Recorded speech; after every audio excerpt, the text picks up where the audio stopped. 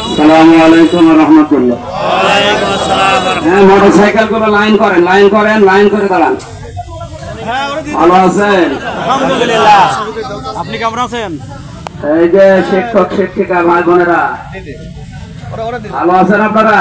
আলহামদুলিল্লাহ। আউযু বিল্লাহি মিনাশ শাইতানির রাজীম। বিসমিল্লাহির রহমানির রহিম।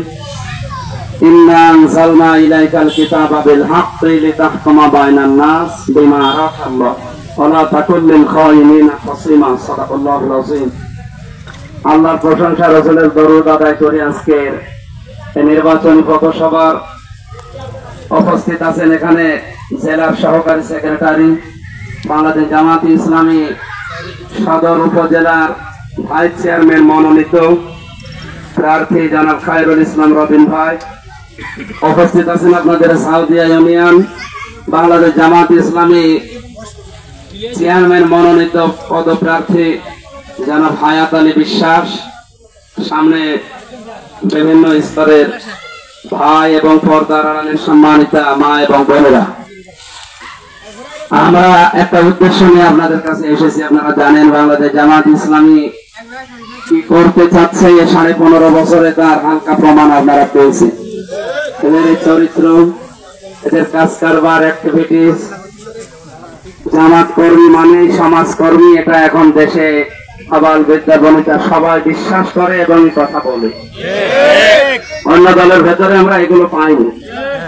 অন্য দলে এই 15.5 বছরে তারা শুধু নিজেদের আখের গুছিয়ে নিয়েছে, তো আমাদের এই 15.5 বছর আমরা যে জুলুম, নির্যাতন, অত্যাচারের শিকার, আমি নিজেও একজন, কিন্তু আমরা তো চাইলে অন্তত এই 15.5 মাসে তাদের চাইতে সম্পদের মালিক হতে পারতাম। জামাত ইসলামী এটা বিশ্বাস করে না এবং করবেও না কোনোদিন। এই জন্য আমাদের নির্বাচনে কোনো খরচও নেই।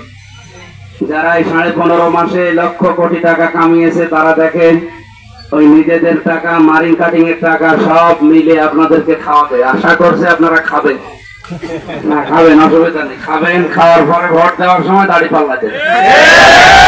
টাকা আপনার কাছ থেকে ওদের সাদাবাজি করা, দখল করা, তো টাকা তো আপনারই, আপনার টাকা আপনি খাবেন। আর মাঝখান থেকে একটা ভালো কাজ করবেন, না ইনসাফের প্রতীক দাড়ি পাল্লায় ভোট দিয়ে সত্যের পক্ষে থাকবেন ইনশাআল্লাহ। ওরা যেহেতু মানুষের তৈরি করা আইন কায়েম করতে চায়, ওটা হারাম। ওটা যে হারাম এ আর ওয়াজ করার দরকার নেই।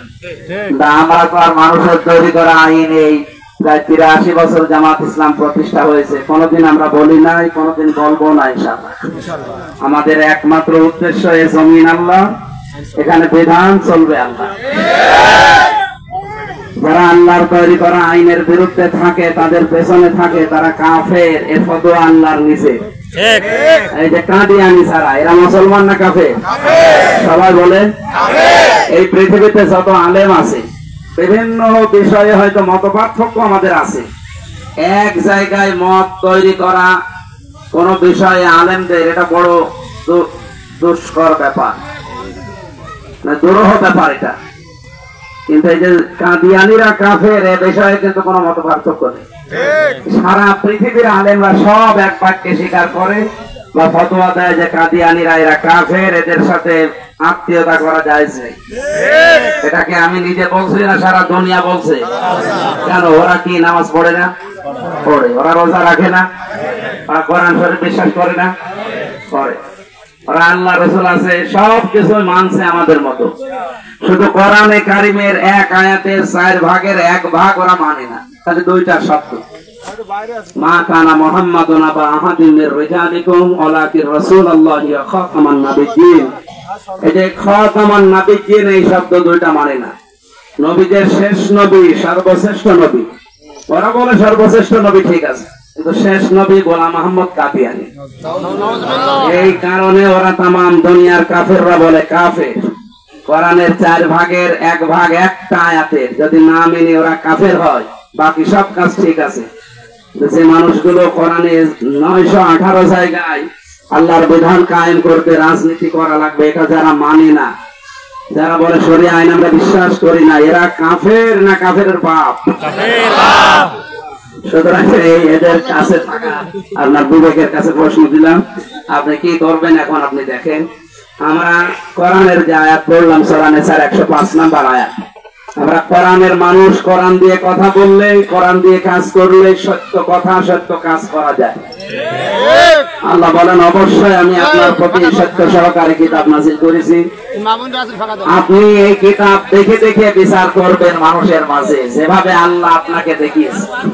আপনি কিয়ামতকারীদের সাথে তাল মিলিয়ে চলবেন না।